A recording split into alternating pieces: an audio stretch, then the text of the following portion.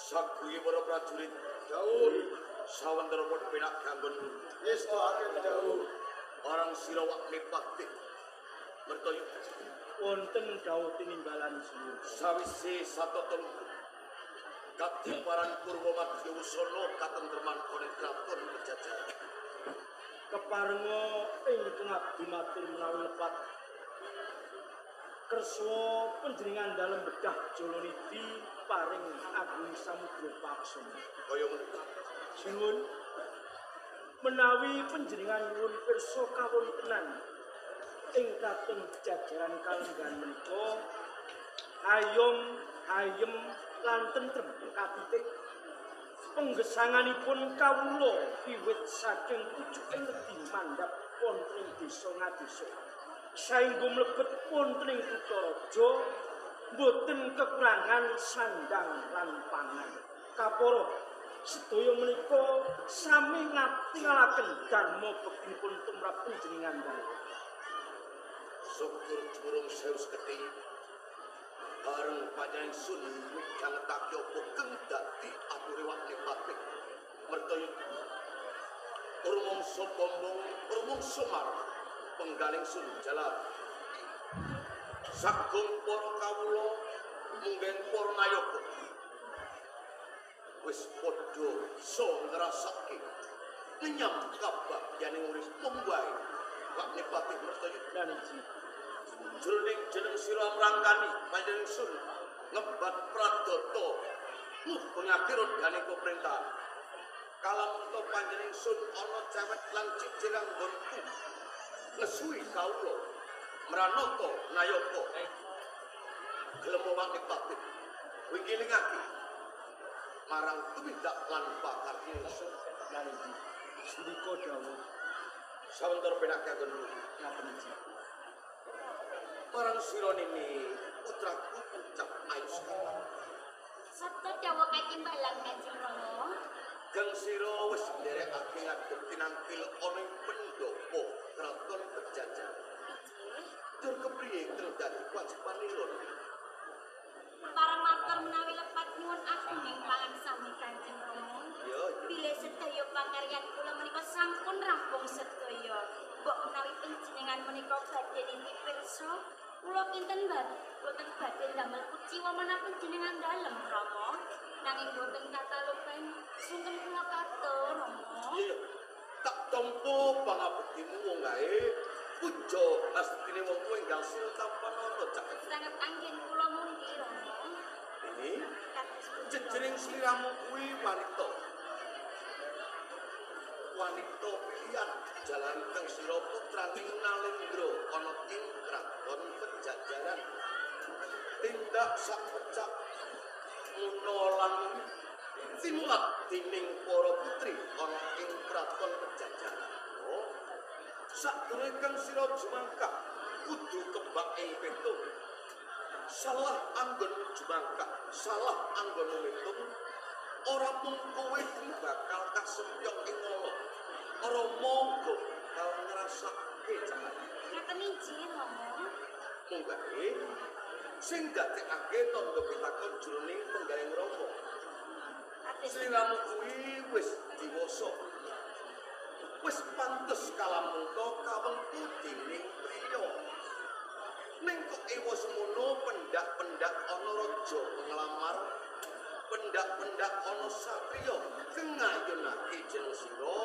sliramu mung nampel nampik tur iki tenane kepriye to punten dalem siku Kanjeng estunipun manah kula menika tasih sepi babakan katresnan Rama isih sepi babakan katresnan menawi benjang kula menika sampun gadhahi titikan priya ingkang kula tresnani kula badhe matur dumateng panjenengan kok Rama jebul ya wis pinter putraku wangi Pak jeneng jogo pati rezeki kuwi pancen wis ginaris manungsa musa beruang lakoni ora ketamaku wong tuwa nanging ora bisa meksa kelawan batine putra rak kaya ngono to Pak menapa ingkang dados pangandika panjenengan sinuwun besok kalamun to wis tempo titik kala mangsane keng sira wis entuk pati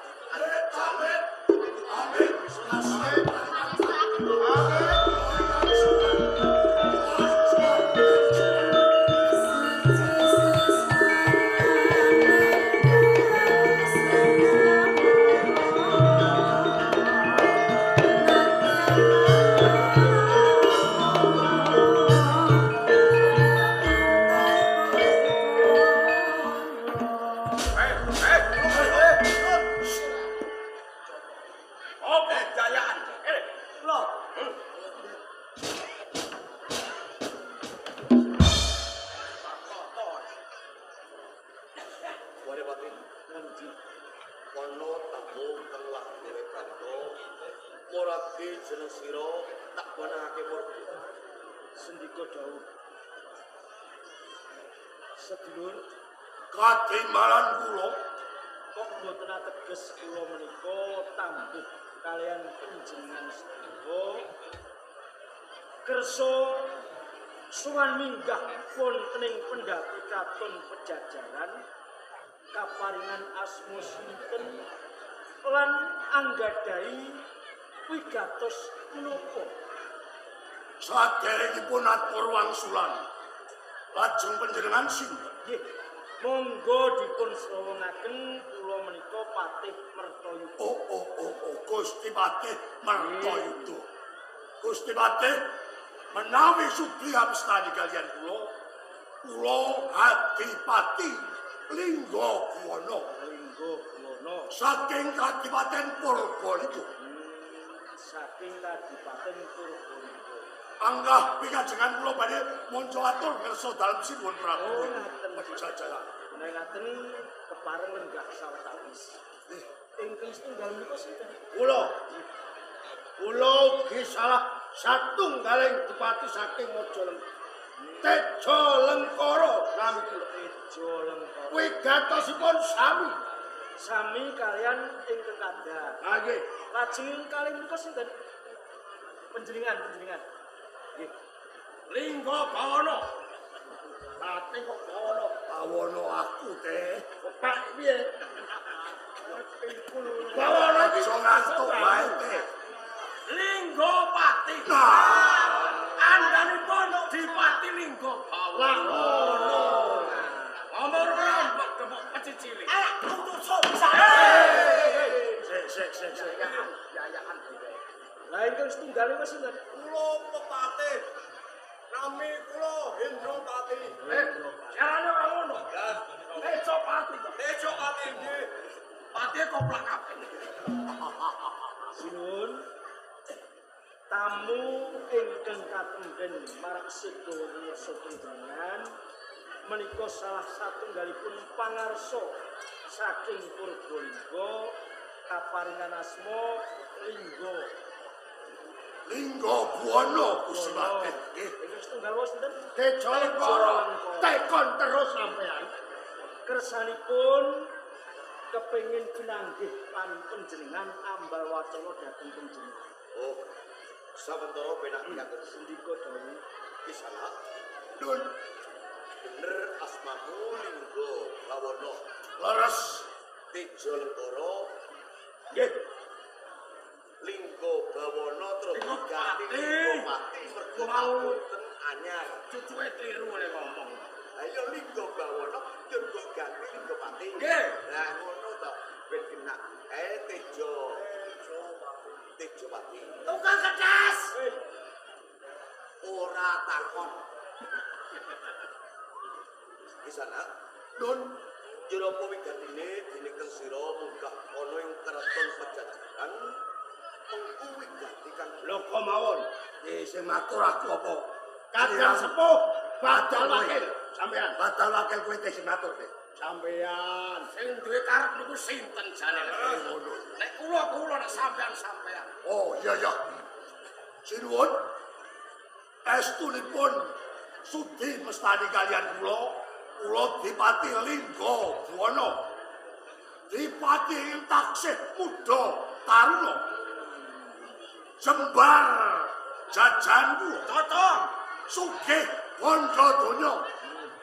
Sowan kula wonten ing kraton pejajaran badhe lah napa? Lah duka. Sampeyan matur piye to, Dipati matur kok pletat-pletot. Ambil balik.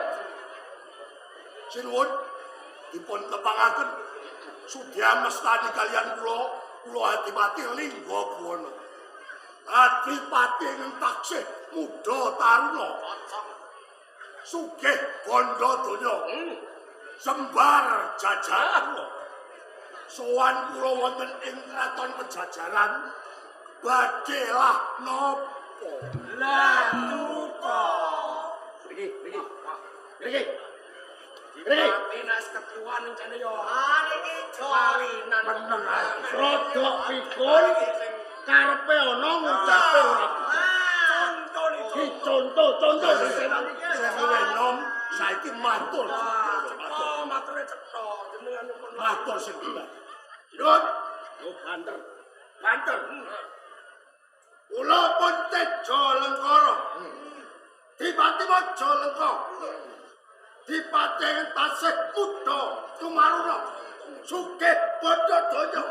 Biar jajan kula. Sowan kersa paduka kula badhe lah napa. lah Duka. Wah, padha wae. Wes. Dipati loro do ola-olo kabeh. Wes. Contoni. Wes. Jujune kok nggo juru bicara. Kono. Mateni wong. Aku panik teh. Iki nyontone dipati. Yo. Sing apik Contoh nih kacenge. Ya contoh. Nyontone dipati sing ola-olo nih. Oh, contoh lek malah keliru meneh. Aduh. ulah-ulah. Nami kula Lingga Bono. Dipati Purbalingga. Bupati tasih muda taruna. Sugih bondo donya. Biar jajan kula. Sowan kersa paduka kula badhe menapa?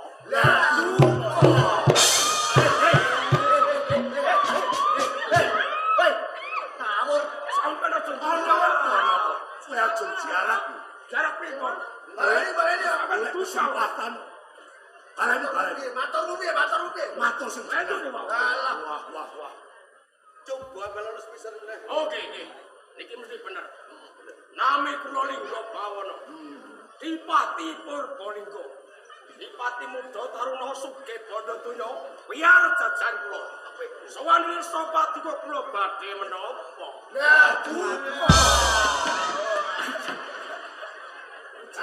Miguel. Pak, kenapa ngomong Bener prajurit Cundra. Bentuk ampuh malah. Kasane bakal Patil kepati. Bali. kau. Kae bangsane menungso apa kae? Sing pundi? Sing gawe tembak kae. Ajudan pribadi nih. Ajudan pribadi. Halo, Pak. Di sana Sinuwun Prabu. yen pancen ana kawigaten, keng kawigaten kuwi mujudake wewati. Panjenengan ora bakal wigawiki nganti jeneng sira mancing orang gandum kuwi mengko bisa pirdukan catur netra barang musuh. Boten Sinuwun. Cekap wonten ing Pendhapi Agung negari Pejajaran kemawon kula badhe matur walaka wonten ngersa panjenengan. Yen pancen ngono enggalo apa mumpung iki dina Piswanen cek men dipidhangetake sagung para nayaka keng lagi padha smekul. Terus Sinuwun keroyo-royo kula sowan wonten ing kraton Pejajaran.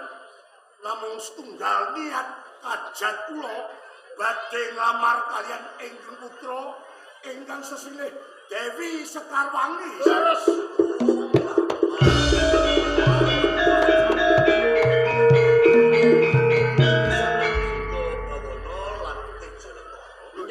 Lah sing kae melu lamar ora kowe.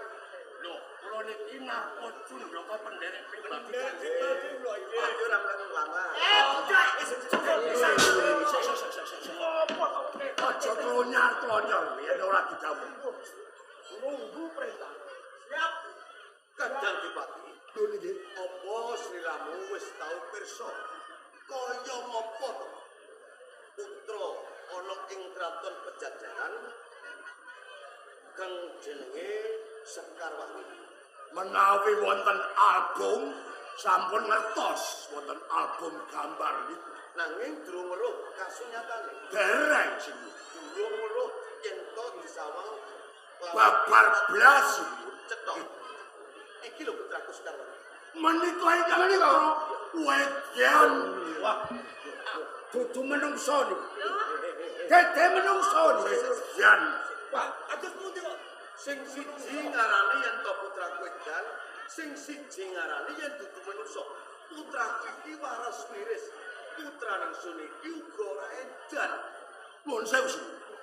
Yen lama ing jalma manungsa lumrah. Menika boten kados pikaten nika pasuryanipun. Sulistya ing warni kaya dene widodari kang jawantang. Saking ayune. Nah, boten manungsa menika umpami dipiji. Setunggal kemawon boten wonten cocotipun. Cacatipun cocotipun dhewe. Boten enten cacatipun. Dadine kebak ing pangalembur. Nah, Ya ngene Kakang Bupati. nun nggih. Tetembungane wong tuwa kuwi gadah nanging ora gaduh. Sisa-sisa sing nglakoni. Aku nang urba nanging keng bakal tumindak nglakoni bebrayan putra. Mula putraku bakal tak bantu kalamunta putraku kuwi mengko nampa salah sawiji. Kinarya dadi jatutramane ya bejo lawan kang tinapa dene sing ora tak suwun wae aja nganti runtik jroning penggal. Boten, sampun dados perjanjian. Oh kaya Eh, Ninis Karwati. Dawuh dalem Rama Prabu. Ana Kakang Bupati loro cacahe. Kang ing kono kepengin ngayunake lawan Jenosira minangka garwa Rapiswari. Lo seliramu tak keparangake paring pangwangsulan yen pancen sira tresna. Tampane nanging yen ora tresna aja nganti ninggalake tata lantrap sila, aja nganti gawe gula. Ngaten iki Rama. Enggal tindak becak. Parang kula badhe maringi pawangsulan langkung rumiyin Kanjeng Rama. Ya.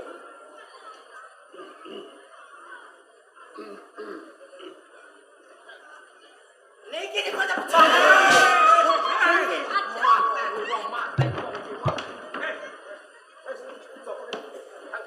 Menika kados pundi lho Rama, kula malah ajeng lho ya. Wis kaya entan kok sepedene kok ae.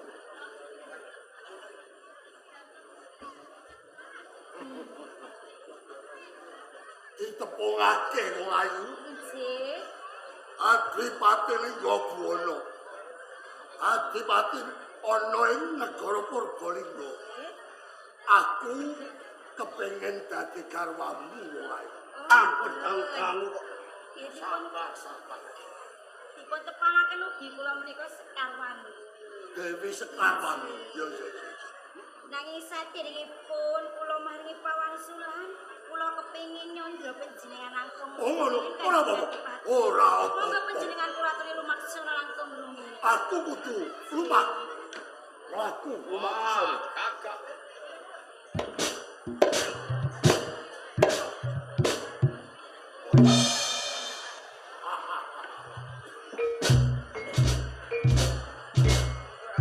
Maten wong. Wong boten ngaten lampahipun kok. Malah kados Pancen ciri wanci. maten wong. Kuwi nggonku lumaksana nggonku lumahku. Pancen panjenengan menika babar pisan boten wonten cacate lho ya. Wah, iya. Bagus, gagah pindeksa. Oh. Nanging nyuwun sewu nggih. Piye wong ayu? Kula kula pirsani kok racianipun panjenengan menika tansah ageng-ageng lho Kanjeng Adipati. Tanganku gede-gede. Nggih. Driciku Kados gede-gede. gedang-gedang lho. Riyen niki sadere dadi bupati ini kloro cucuk watu. Layak to layak. Watane iki watu. Ya. Ino bupatimu iki bareng dadi kowe ino bupatimu kowe. Kowe ngrasake dadi tutuk watu saiki ra dadi kontraktor. Pun konda. Kontraktor kowe pati. Apik. Nanging nyuwun sewu Kanjeng Adipati. Piye wong ayu? Adat lumpianipun yen to priya kakung ingkang rajianipun ageng-ageng kados panjenengan menika. Ya. Sok kala mangsa sinem cengkiling Kanjeng Adipati. Oh, cengkiling kuwi tegese mara tangan. Leres.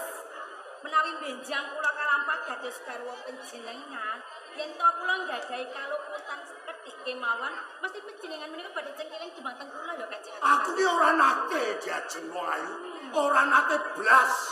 Kejaba nek kepepet. Kali pepet sampean niku. Lah niku kula berarti kapel kok.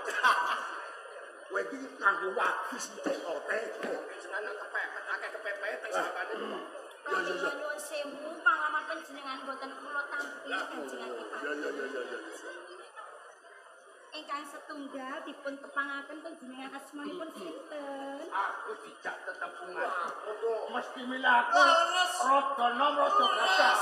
Tepungke. Kula wonten mriki Kanjeng Adipati. Tejo Lengkara. Kurang ajar. Tejo Lengkara wae. Dipati Mojo Lengko. Kula ugi kepengin nyondro dumateng panjenengan. Ora usah dicondro. Ya deket ya dekes. Ngene brengose. Jajar riyen lah. Panjenengan maksana rumiyin Kanjeng Adipati.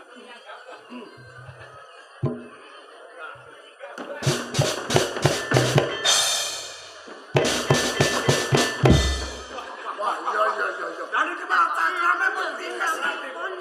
Iki kaya ombi kodanan. Waduh, beja-bejane tiyang wadon yen to nggadahi garwa panjenengan. Yo, seneng iki. Nggadahi palungguhan. Bagus tur Bagus. gagah pideksa. Rengose kan gelejar ra karo-karuan. Lambung pitung dina sek kroso. Waduh. Nanging kok imanipun yen to panjenengan lumaksana netranipun tansah lirak-lirik. Lho, ngoten iku lho.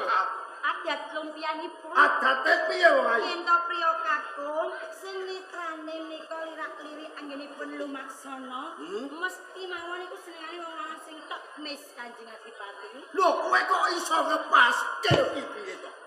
Wah, cilaka iki. Pripat-pripat kero kok. Mengko yen wis kok tampa, aku ora bakal lirik ana lirik rene mung sawiji kuwe wong ayu. Goroh. Tenang. Niku goroh Tenang, Kanjeng wong. Adipati. Nanging nyuwun sewu. Piye?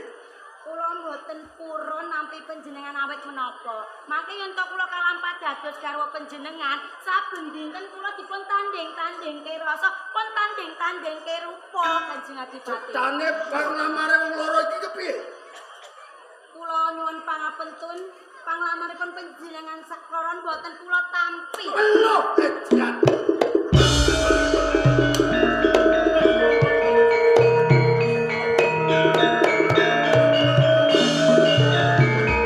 Nyuwun sewu panglamar penyanyi kali boten kula tampi. Yete, Acur. yete. Contoh banget aku kedupa. Napa panjenengan nrimo? Wonten kedadosan kados kados. Sinuwun. Ngaten menika cak-cakanipun ing mriki. Ora ana tunane pandhe kuwi kalah karo wesine. Anane anak kedadian sing kaya ngono, yen ora diajari wong tuane sengara badhe kelakon. Sinuwun. Sak menika ing putra dipun paringaken antawi kadang kekalih lho. Menawi sekarwangu boten dipun nulungaken pejajaran badhe kula damel ajang perang.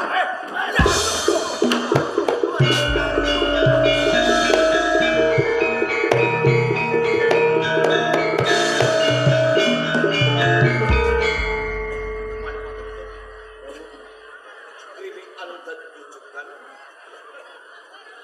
iki mengko mesti bakal dadi praktik jalanan.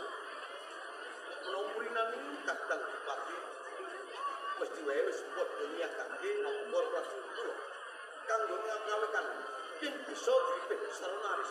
Nah iki ora bisa. Bolan masuk tak hormati kelawan wak nipati betul.